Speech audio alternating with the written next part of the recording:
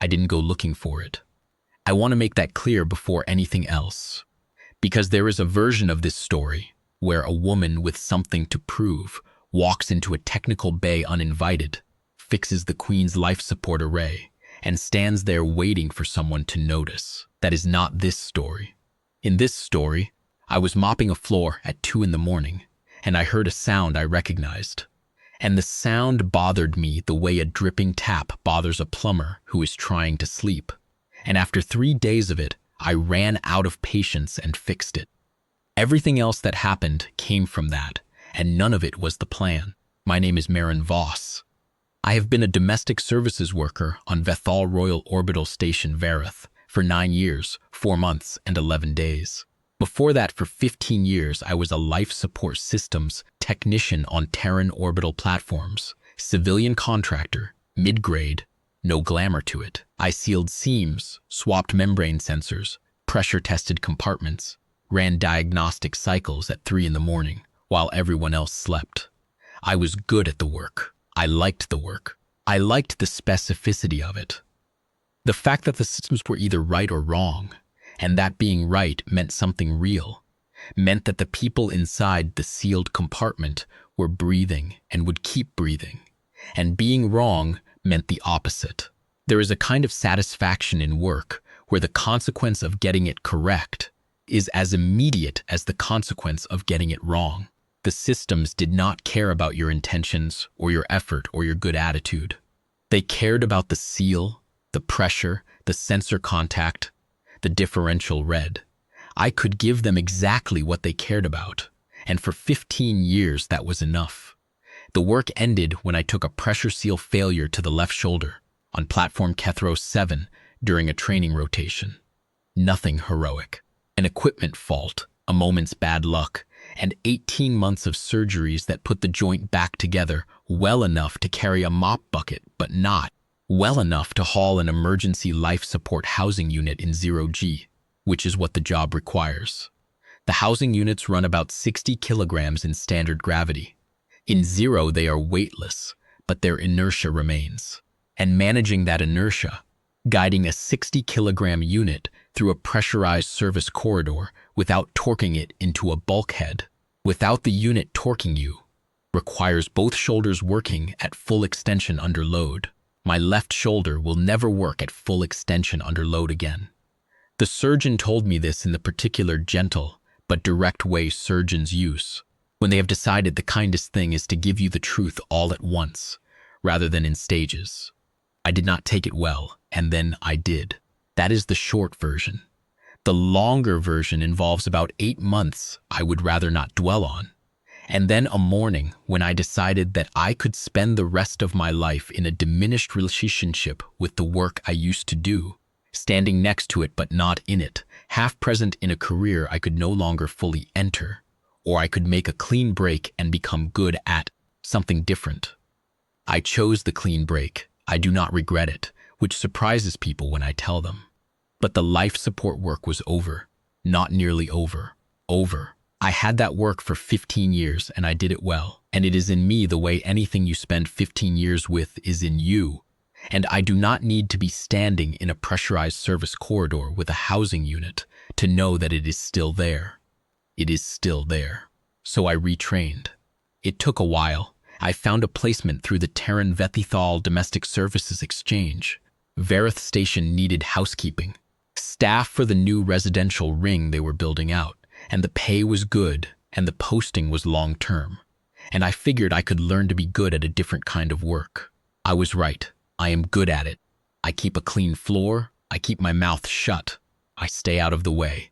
And 9 years in, I have a route and a rhythm, and a shift that starts at 11 at night and ends at 7 in the morning, which suits me fine. I have always been better company for myself than for most people.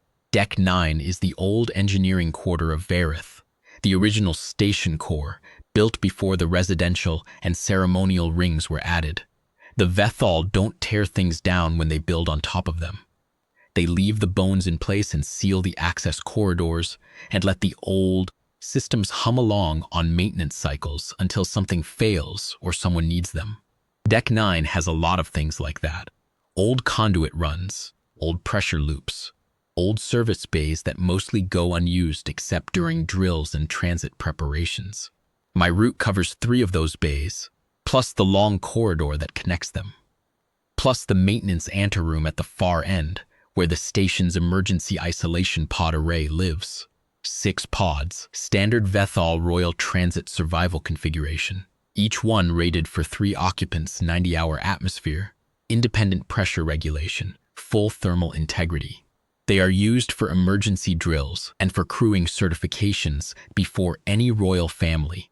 Deep space transit. Regulation requires that every person who will be aboard for the transit completes a certified pod check within 60 days of departure. The Queen's family had a transit coming up, a long one. Her 2 children, the station's senior staff herself. 60 days out, the pod array certification window opened. I know this because I sweep the corridor outside the pod bay every night, and for the past several weeks that corridor had been busier than usual. Engineering crews coming and going, contractor teams from the fleet, station maintenance supervisors, arguments in that particular tone that technical people use when nobody can agree on what the problem is. The arguments are a recognizable species. I have heard them in maintenance bays on 3 different platforms over 15 years. They have a distinct register, controlled volume, clipped syntax, the slightly too even delivery of people who are being professional about being frustrated. I didn't ask questions. I swept around their feet when they were in the corridor, and I worked the anteroom when they were not in it, and I left them to the problem they were working. But I heard the sound. The sound was coming from Pod 3, a faint cycling, a soft repeated pull and release, almost like breathing, but slightly wrong. Too fast, then too slow, then almost right, then wrong again. I know that sound. On a Terran orbital platform, it means the primary membrane sensor in the pressure differential regulator is reading the compartment atmosphere incorrectly, sensing a pressure drop that isn't there, or missing one that is, and the regulator is compensating based on bad data. It overpressurizes, bleeds off, recalibrates, tries again. Endless loop. On a functioning platform running normal operations, you don't usually hear it because the system corrects within tolerance before the sound has time to develop. On a grounded pod sitting in a pressurized bay with no active crew and no external load variations to mask it, you hear it clearly, like a clock with one gear slightly wrong. I heard it the first night and thought nothing of it. Engineers were working the problem. They would find it. I kept sweeping and let them work. Second night, still there. I stopped for a moment in the anteroom doorway and listened. Same pattern, same frequency. The engineering teams had been through that day. I had seen their equipment in the corridor when I came on shift, and the department log on the anteroom wall showed a 6-hour diagnostic session, still cycling. Third night, still there. A new contractor team came through that afternoon, and I watched them run 3 diagnostic scans of the pod array from the monitoring terminal in the anteroom. 3 different protocols. The terminal is in the anteroom, and I cleaned the anteroom, so I was present for most of it, moving slowly, mop in hand, staying out of their way while I worked the far wall and the area around the supply racks. I watched them run each scan without appearing to watch, which is a skill you develop over 9 years of working in rooms where people are doing things they consider important. The scans returned the same results each time: active sensors, functional seal readings, calibration error flags in the pressure differential regulators of pods 3, 4, 5, and 6. The contractor team argued about the calibration error flags for about 20 minutes. Then they packed their equipment and left. The sound kept cycling. On the 4th night, I mentioned it to Station Systems Architect Vethaal. He was the senior technical officer on the array project. Tall, silver-skinned in the Vethaal way. 3 rank insignia on his collar that I had learned over the years meant something significant in the station's engineering hierarchy. He was standing in the corridor reading a report on his datapad when I pushed my cart past him, and the cycling was audible. Not loud, but present, and I had had 3 nights to be sure of what I was hearing. I stopped my cart. I said as carefully as I could. Forgive me, architect. I've heard that cycling from Pod 3 for 4 nights now. I used to do life support work on Terran orbital platforms. I think I might know what that sound is. He looked at me. Not rudely, he was not a rude man, but with the particular expression that means, you are a domestic worker. I have 3 certifications in Vethaal atmospheric systems engineering, and I have been working this problem for 9 days with a team of qualified personnel and a contractor unit. The expression was brief, he said, very evenly. Thank you. The technical teams have the matter in hand, and he went back to his report. I nodded and pushed my cart on. That was a Thursday. On Friday night, I came in and found the corridor sealed with temporary partition screening, the kind they put up when they done. The Bridgewater General Station staff walking through while work is ongoing. I could see light through the screening and hear voices. The voices had the same controlled, frustrated register I had been hearing for weeks, only more of it. I waited by my cart at the end of the corridor until the shift supervisor, a Vethaal woman named Setho, who has known me for 6 years and trusts me not to track cleaner solution on freshly laid deck panels, came out to let me through. She looked tired in the way Vethaal looked tired, not drawn the way humans go drawn when they haven't slept, but with a certain still quality, like a system running on lower power than it should be. How is it going? I asked. It is not going, she said, which for Setho, who speaks carefully and does not exaggerate, meant it was going very badly. I did my corridor sweep and went home. On Saturday night, the partition screening was gone and the corridor was quiet, and Pod 3 was still cycling. I stopped outside the bay entrance and listened for 3 full minutes. I made myself stand there and be honest about what I was hearing. Same pattern, same frequency, same too fast, too slow, almost right, wrong again rhythm. I had been hoping, in the way you hope against your own certainty, that the engineering teams had made it worse in some new and different way, because at least that would mean it wasn't what I thought it was. A fault that's simple, sitting there unfound for nearly 2 weeks, would be an embarrassment to a lot of people who had spent a lot of hours on it. But it was the same fault, cycling the same way it had been cycling since the first night I heard it. A bad membrane sensor read, nothing else. I was as certain as I had been about anything in 15 years of life support work, and I had not become less certain over 4 days of waiting. I stood there in the corridor for a longer moment. The transit was scheduled for 43 days out. The certification window had been open for 16 days and was no longer getting younger. The Queen's 2 children. I knew their names from the station's residential rotation schedule, because part of my job is knowing who is in which suite so I know which rooms need service. Prince Vauen, 11 years old, and the younger one, a daughter, Risa, 8 years old, were going to be in those pods for the transit certification drill. A faulty pressure differential regulator in a life support pod is not immediately dangerous in bay conditions with the pod grounded and the bay pressurized, but a faulty regulator that has been cycling for 2 weeks undiagnosed, in a pod that is about to be certified for a long transit drill with 2 children in it, is a problem I did not want on my conscience. The certification would go ahead. The pods would be declared fit. The drill would run. And somewhere in those 90 hours, with the pods sealed and the pressure differential regulators doing their looping, compensating, overcorrecting thing on a membrane sensor reading that was never going to be accurate, something might happen. Probably not. The fault was not catastrophic in bay conditions, but in transit conditions, under actual load, with external pressure variations and the variables of a long-duration sealed atmosphere. I did not know, and the uncertainty was not comfortable. I went back to my cart and checked my supplies. I had a roll of high-temperature thermal adhesive shim tape. I use it to reseat the skirting panels.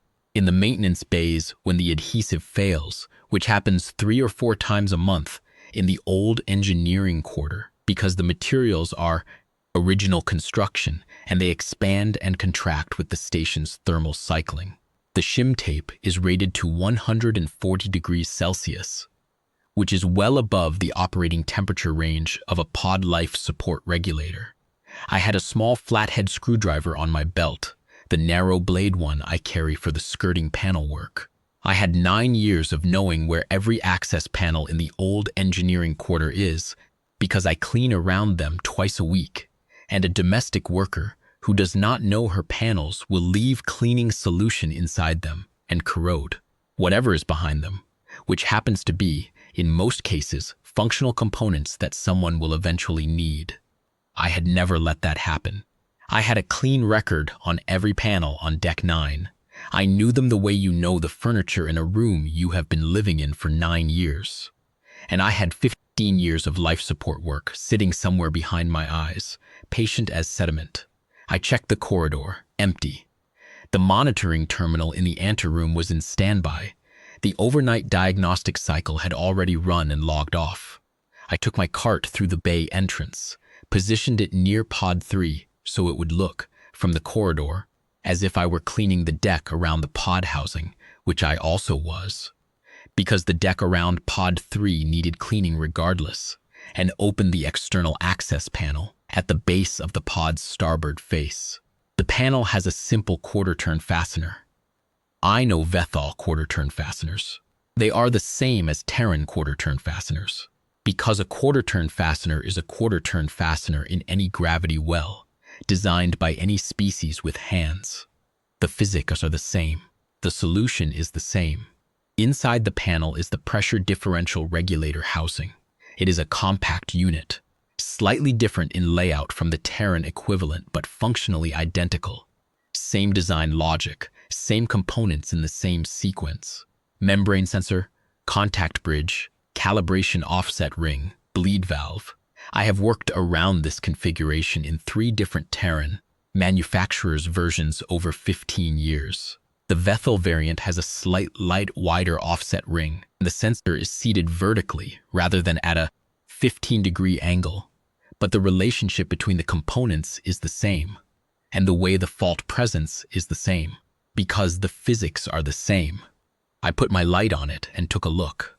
The membrane sensor contact was displaced about 1.5 millimeters from its seat, a tiny gap invisible to a scan unless the scanner is specifically looking for mechanical contact failure rather than electronic failure or seal failure. The sensor appeared present. It was reading as active, but it was not quite touching its own contact bridge, and so every pressure reading it took was filtered through that 1.5 millimeters of air between the sensor face and the bridge. Every reading was slightly wrong. Every correction the regulator made was based on a slightly wrong reading. The correction was slightly wrong. The system detected the error, ran a correction of the correction, which was also slightly wrong, and cycled again. Endless loop. The diagnostic arrays the engineering teams had run were looking for a component that was absent, damaged, or out of electrical range. The sensor was none of those things. It was present, undamaged, and within electrical range. It was simply not seated. I tore a strip of shim tape about 30 millimeters long and 4 millimeters wide. I folded it once, pressed it flat, trimmed the thickness with my thumbnail until it was right. I have done this with shim tape enough times that I can get a consistent thickness by feel, which is not a skill anyone would think to put on a professional certificate, but which is useful. I used the flathead screwdriver to ease the sensor back to its seat. Gently. The sensor housing is not fragile, but it is precise. And you do not force things in a regulator unit. Place the shim strip behind the sensor body to hold the contact true, and press the tape down. 30 seconds of work, most of which was getting the tape strip to the right thickness. I listened. The cycling stopped. The regulator ran a correction cycle, settled, ran another, settled again, and then went quiet in the way a properly functioning regulator goes quiet. Working, steady, unremarkable. The sound it made was the sound of nothing wrong. I closed the access panel. I moved to Pod 4. Pod 4 had the same fault. Displaced sensor. Same 1.5 millimeter gap. Same pattern. I fixed it in about 2 minutes. I had the shim tape already trimmed to the right width, and my hands knew the sequence. Pod 5. Same fault. I was beginning to think the whole array had been assembled with the same batch of sensor units, and that batch had a seating defect. Something in the installation process, a tool calibrated slightly wide, or a torque spec that left the sensor retention in a borderline range that looked correct until the station's thermal cycling opened the gap over time. That would explain why the engineering teams hadn't found it. They were looking for the cause of the problem in the array's diagnostic data, working through the electronic and atmospheric variables, because those are the variables that show up in a diagnostic scan. The mechanical contact of the sensor to its bridge was not a variable the scan protocols were designed to check, because a sensor that is present and reading active is, by the scan's logic, a sensor that is functioning. The gap was below the threshold of a presence check. It would only register as a calibration error, which could have 100 causes, and the teams had apparently worked through 99 of them without getting to the 100th. This happens. The diagnostic tools are excellent at what they are designed to check, and what they are designed to check does not always include the thing that is actually wrong. That is not a failure of the tools, it is a property of the problem. Some faults can only be found by someone who knows what to listen for. Someone who has stood in enough maintenance bays, next to enough cycling regulators, for long enough that the sound is not data to be processed but recognition, immediate and bodily, the way you recognize a smell or a voice. I was on pod 6 when I heard footsteps, not the sound of someone walking with purpose, not a patrol, not a maintenance crew coming on shift, slow footsteps. Someone who was not hurrying because they had nowhere particular to go and no particular reason to arrive. I knew that walk. I had heard it in the corridor outside the pod bay for the past week at various late hours. Always slow, always stopping for a while near the bay entrance, always eventually retreating. I had assumed it was Architect Tal or one of his team, coming in the night to look at the array and try to think through the problem from a different angle. I had not paid it much attention because I had my own work to do, and my cart was in front of pod 6, and I was in the middle of reseating a sensor. Contact. The footsteps stopped at the bay entrance. I finished what I was doing before I looked up. I pressed the tape, checked the contact, listened for the cycling, nothing, which meant clean, and closed the access panel. Then I looked up. Queen Soleath Varan was standing in the doorway of pod bay 3. She was wearing a plain gray station duty robe over what appeared to be sleeping clothes, a long pale underdress in soft Vethaal fabric, the kind with the thin silver thread worked along the hem that catches light in the way. Vethaal domestic textiles do, warming slightly in a lit room. No crown, no insignia, no formal dress of any kind. Her hair was loose, which is rare for a Vethaal royal, in any setting where they might be observed. The Vethaal manner in formal and semi-formal contexts is to have the hair bound or arranged. Loose. It fell past her shoulders in the way Vethaal hair does, that soft blue-white that picks up ambient light and seems to hold it for a moment before letting it go. It made her look younger than she looked in the portraits in the residence corridor, which I clean on Tuesday evenings. It made her look like someone rather than a depiction of someone. She was not wearing the queen. She was wearing a woman who had not been sleeping and had come to stand outside the bay because she did not know where else to stand. I recognize this. I have been that person, not a queen and not with a royal children's transit drill at stake, but the person who does not sleep and goes and stands near the thing that is worrying them because proximity to the problem feels like something closer to a solution than lying awake in a room does. I straightened up. I nearly tipped my cart over straightening up. I caught it, steadied it, and stood there with a strip of shim tape in one hand and a flathead screwdriver in the other, and I thought, well, maintenance worker, she said. Her voice was quiet, careful. The Vethaal register they use when they are being precise, not the one they use when they are performing for a room. The Vethaal have 3 or 4 registers the way a musician has octaves, and you learn to distinguish them over time. This one was the register of a person who wanted an accurate answer. What are you doing in the pod housing? There was a version of this moment where I said something diplomatic, something that acknowledged she was the queen, and I was a housekeeper, and I had gone into a technical bay without authorization in the middle of the night, and I was technically in breach of several station service protocols. I know those protocols. I wrote my own version of them in my head while I was working on Pod 4, and I had made peace with whatever followed from breaking them, because the alternative was leaving those pods in the state they were in, and the children's drill going ahead on a faulty array, and that was not a peace I could make. Fixing the pressure differential regulators, I said. She was still for a moment. The engineering teams have been working on the pressure differential regulators for 11 days. I know, I said. The fault is mechanical, not electronic. The primary membrane sensor in each unit is displaced about 1.5 millimeters from its contact bridge. It's a seating defect, probably consistent across the whole batch. The sensors are present and reading active, so they don't show as missing in a diagnostic scan. They just read wrong. The regulator compensates based on bad data and cycles. I've reseated the contacts on pods 3, 4, 5, and 6 with thermal adhesive shim tape. 1 and 2 were done before I got to 3.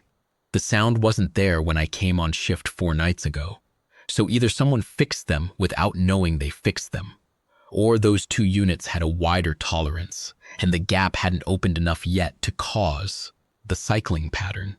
She looked at me for a long moment. Her eyes in the Vethaal way have a faint luminescence at the edges of the iris.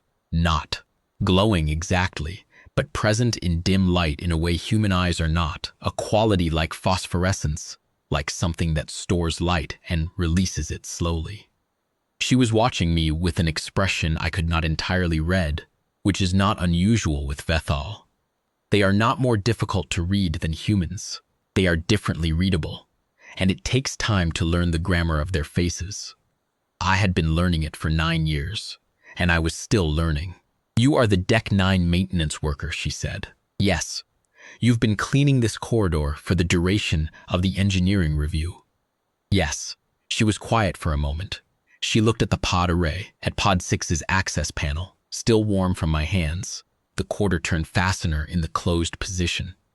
Then she looked back at me. When did you know what the fault was? 4 nights ago, I said, when I first heard the cycling in Pod 3, and you told someone. It was not a question. She had read the station's project log, or she had been told, or she had simply observed the situation in her corridor for 11 days and drawn her own conclusions. The slow footsteps outside the bay at late hours. She had been watching the problem the way I had been watching it, from the outside, unable to fix it by will alone. I mentioned it to architect Vethaal, I said. He told me the technical teams had the matter in hand. Her expression did something then. Not anger. It was too controlled for anger, and I think anger was not quite what it was. More the look of someone filing information in a place they will not forget. And then you waited, she said, for a few days. Then I stopped waiting. She crossed the bay to Pod 6 and looked at the access panel I had closed. She looked at my cart, at the roll of shim tape and the screwdriver on the cart's tool rail. She looked at the strip of tape in my hand. She looked at me. Show me what you found, she said. I opened the access panel on Pod 6 again and showed her. I described the sensor position, the gap, the contact bridge, the way the regulator reads, the way the cycling pattern develops when the contact is off by 1.5 millimeters. I used plain language, not condescending, not technical jargon. The direct description of a technician explaining a fault to someone who has asked to understand it, which is the correct approach with anyone regardless of who they are. She asked 2 questions. Both questions were precise and showed that she understood the pressure differential system, at least at a functional level. She had read the technical reports thoroughly, or she had a background in systems that I did not know about. Or she was simply the kind of person who listens hard enough to understand things quickly. There are people like that. The Queen of Verith, apparently, was one of them. I answered both questions. She nodded.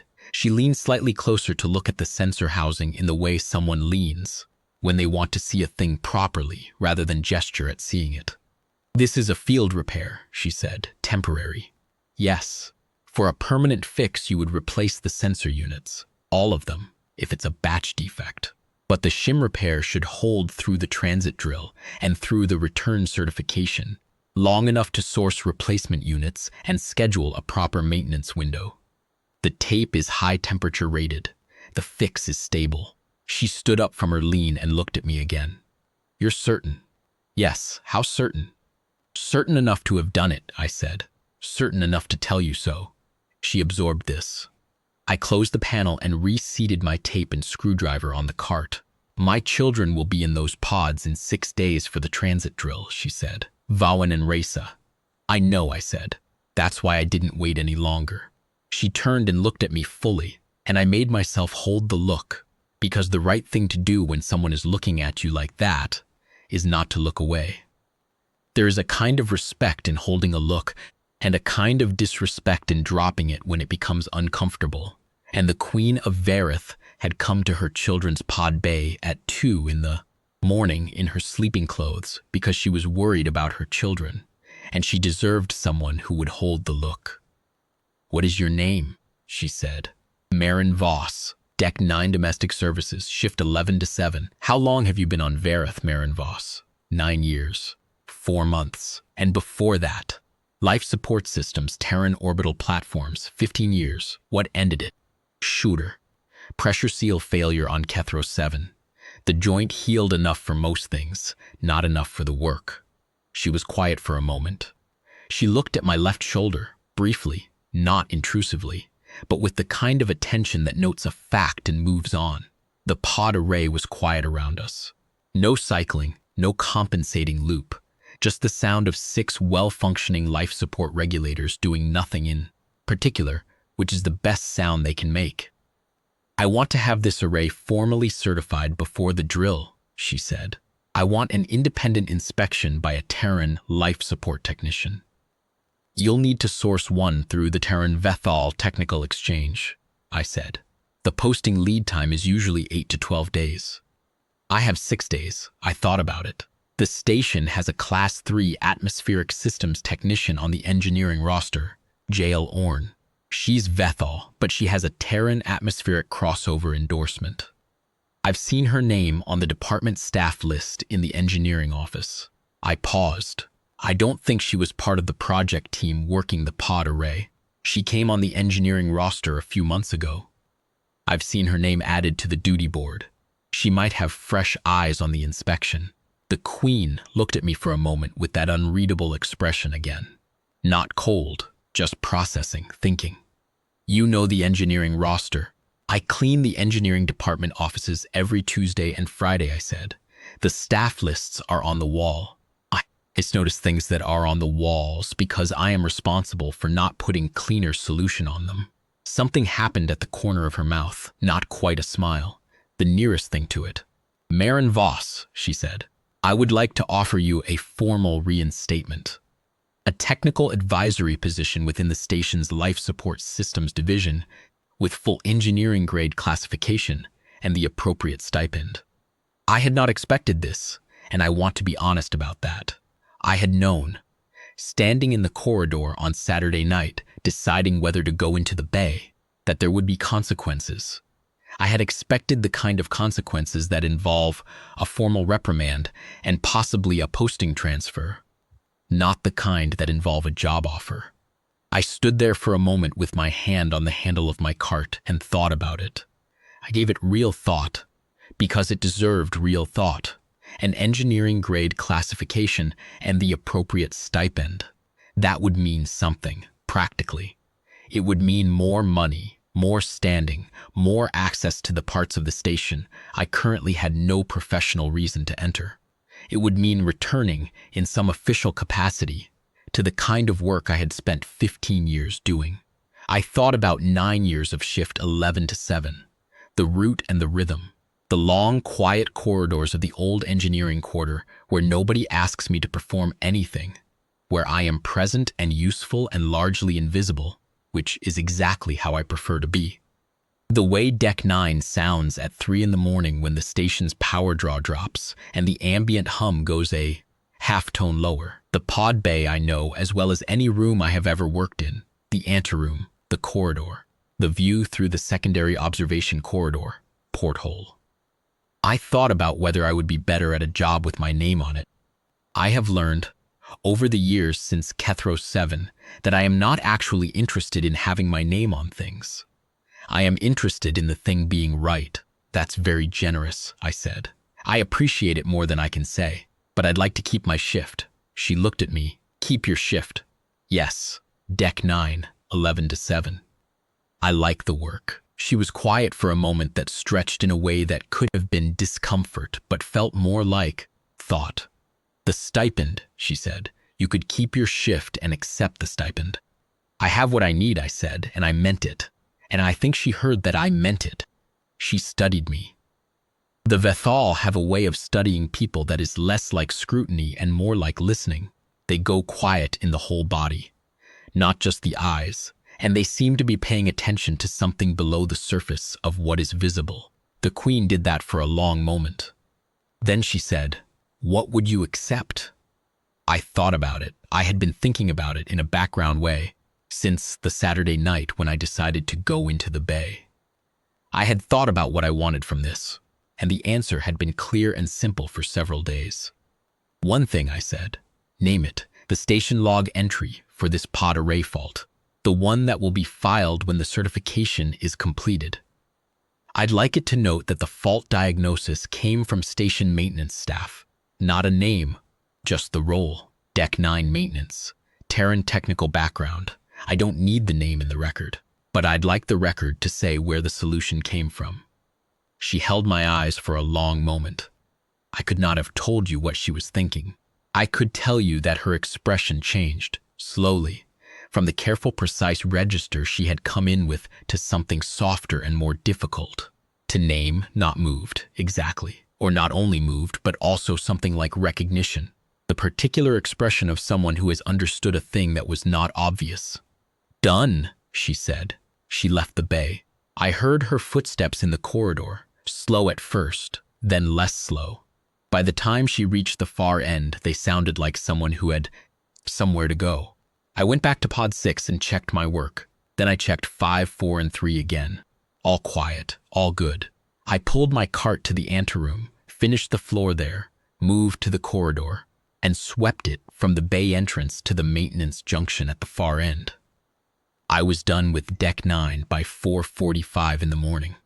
I pushed my cart to the equipment room, rinsed the mop head, wiped down the cart, locked up, and walked to the transport ring. On the way to the tram, I passed the window that looks out over the station's docking apron. The long view, all 4 berths visible.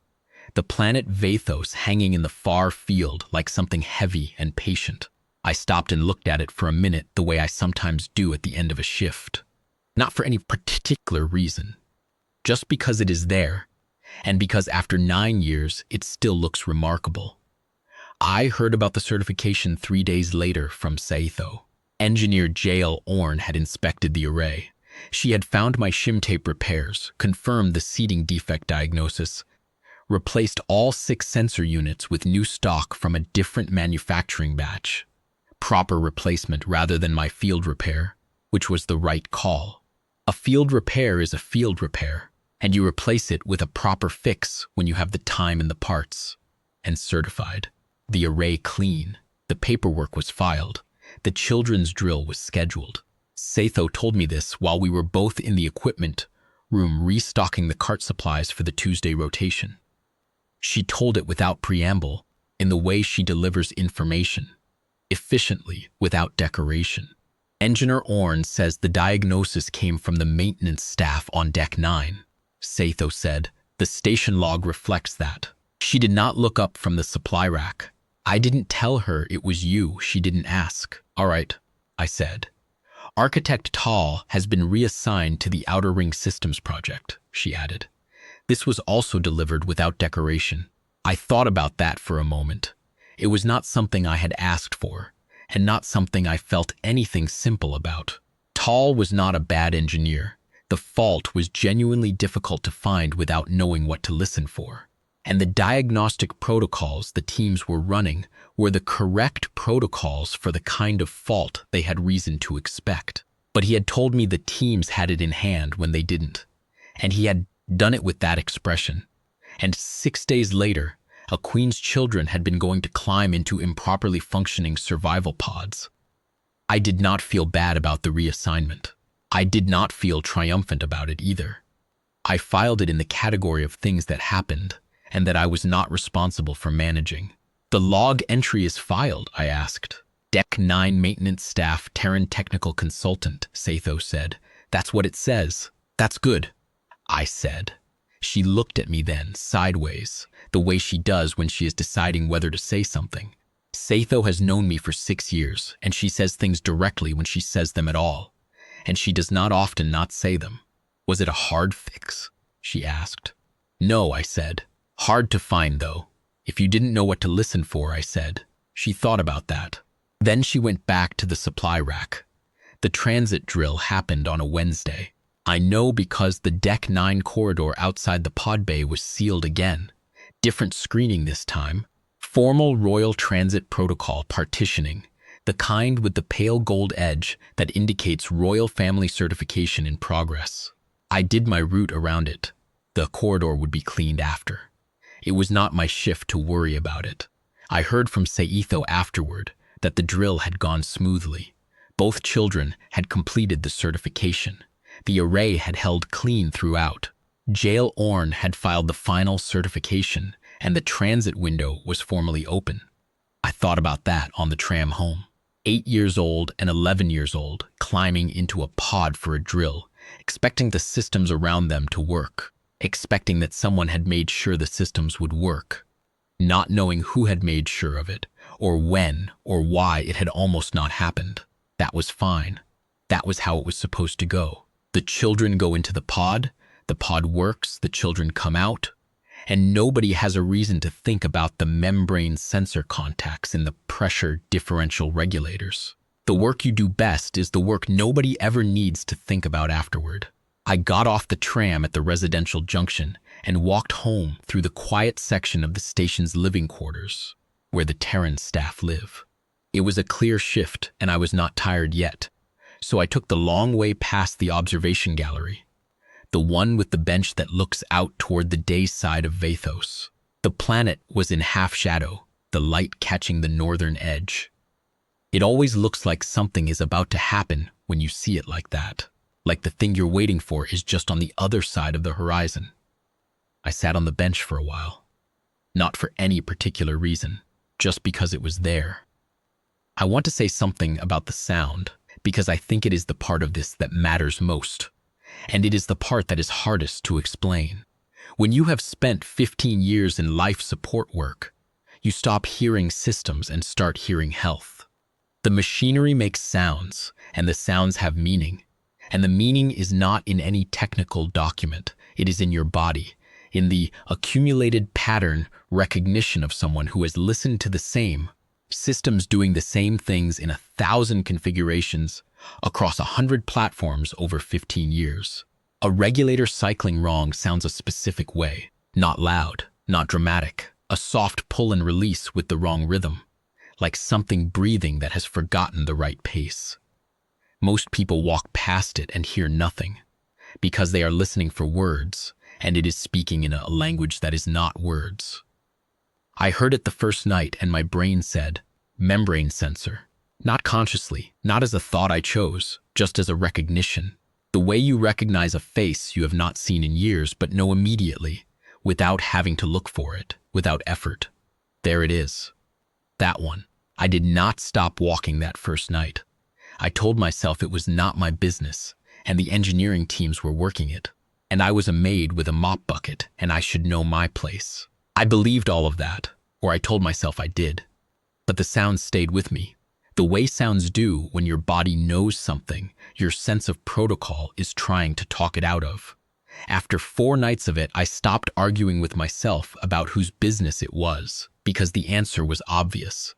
It was mine, not because of who I was or used to be, because I was the one standing in the corridor who knew what the sound meant, and knowing means something. It does not mean it is your official responsibility. It does not mean you have the authority. It means you are the one who knows, and knowing creates an obligation that is separate from authority and does not wait for authority to grant it permission. I have thought about this a lot in the months since, about what it means to carry a skill that is no longer officially yours. That ended, by the ledger's account, on a platform called Kethros 7 when a pressure seal fault took my shoulder apart. The ledger said I was not a life support technician anymore. The ledger was right by its own logic. I have not argued with the ledger. I have swept floors and cleaned panels and reseated skirting boards, and done it well and without complaint, because the work is real and the station needs it, and there is dignity in keeping a floor clean. Sayetho told me once, in the matter-of-fact way she says things, that Deck 9 had not been this consistently maintained in 40 years of the station's operation.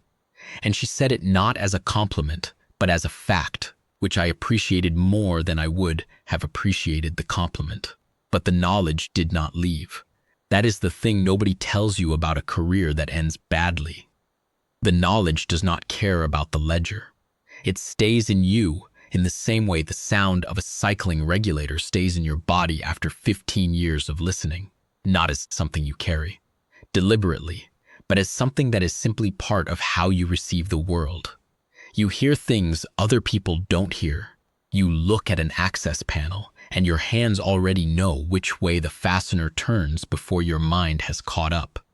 The gap between perceiving a problem and knowing its solution is very small, because you have stood in that gap 1,000 times before, from 1,000 different angles, until the geography of it is as familiar as the room you wake up in.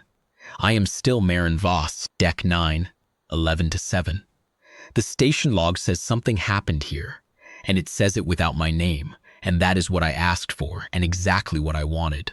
I am not interested in a title or a stipend or a formal reinstatement. I am interested in the floor staying clean and the sound staying right. But I do not mind, I will say this honestly, I do not mind that the record notes it was Deck 9 maintenance who found it. Not for my sake, exactly, for the sake of the idea. Because sometimes the person standing in the corridor with a mop bucket at 2 in the morning is the one who has been listening longest. And it matters that the record says so. It matters that the log does not say 5 engineering teams found the fault, because they didn't. It matters that the record is true. 3 weeks after the certification, a small thing happened that I have thought about more than I expected to. I was sweeping the observation corridor on Deck 9, not the main gallery, the secondary one, the narrow one with the single porthole that looks out over the station's solar panel array. It is not a glamorous view. The panels track their arc on their servos in the methodical way of machines, doing exactly what they were built to do. Nobody really uses that corridor for observation. I use it because it is on my route, and because at 3 in the morning it is very quiet, and quietness is a resource I do not take for granted. A small person appeared at the far end of the corridor, a child, moving in the careful way of a child who is not supposed to be somewhere, which is a very recognizable way of moving.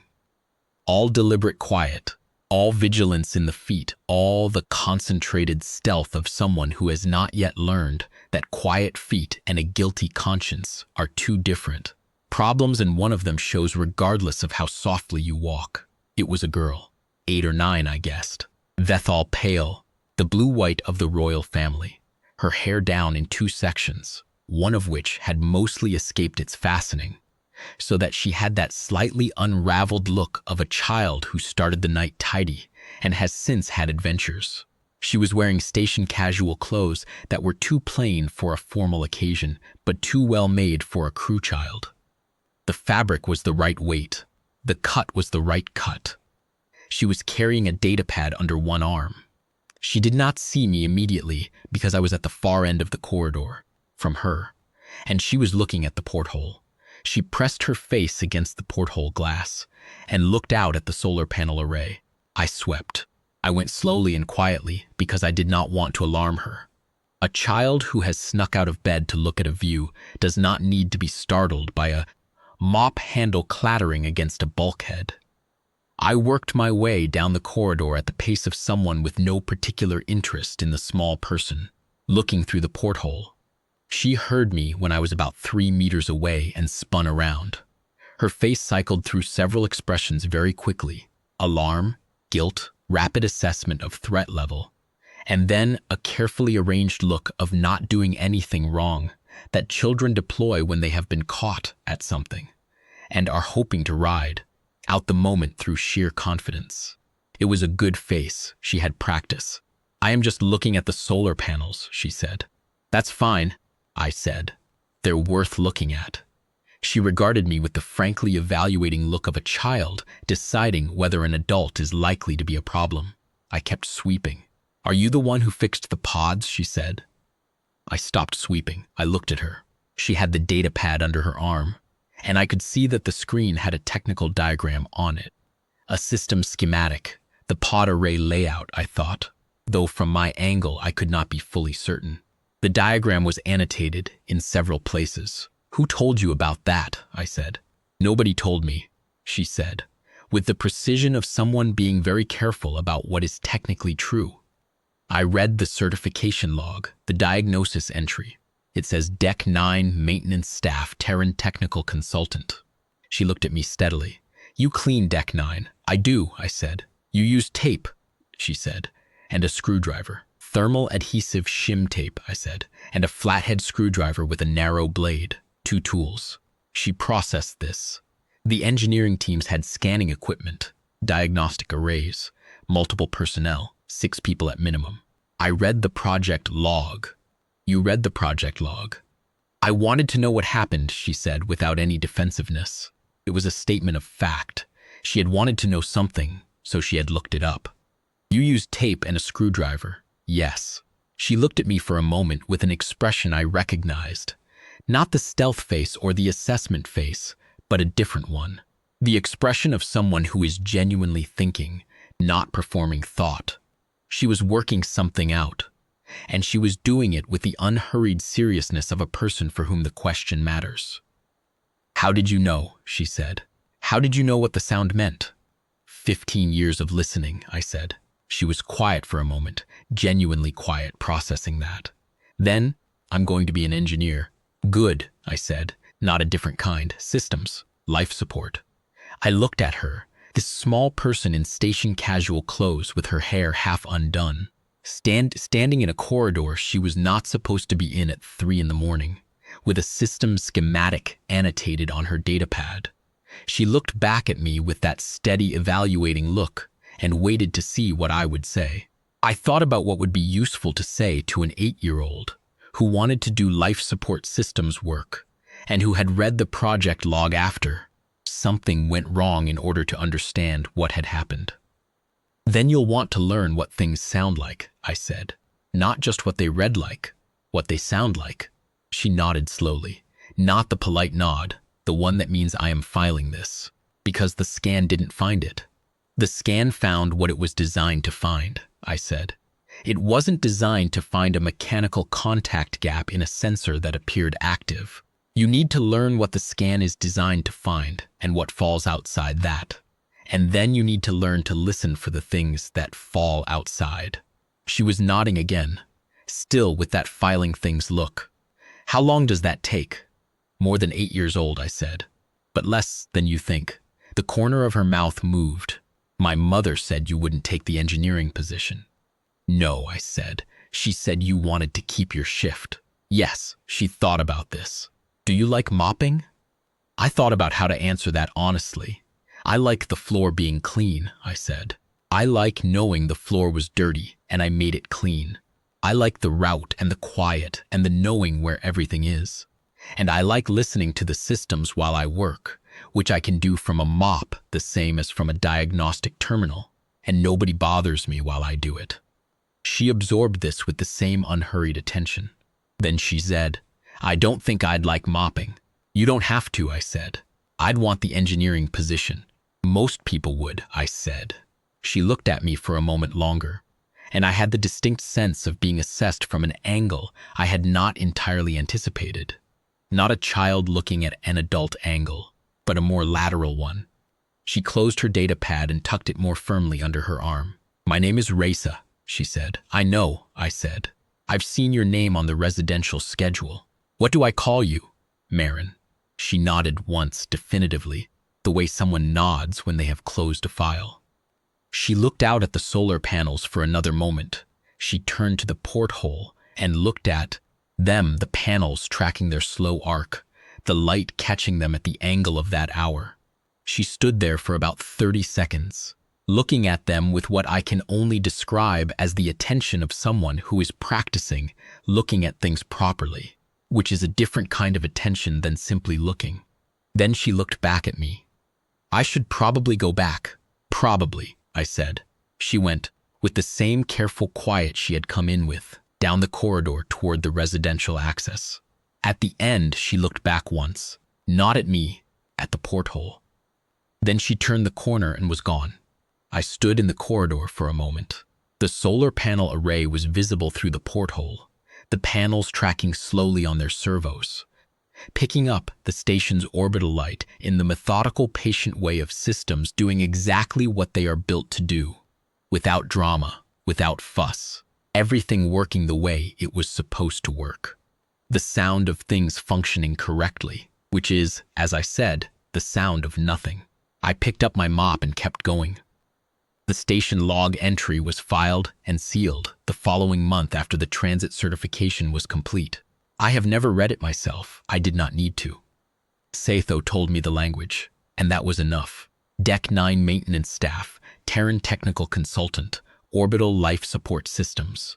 Fault diagnosis confirmed and repair basis adopted for updated sensor replacement protocol. That last part was not something I had asked for.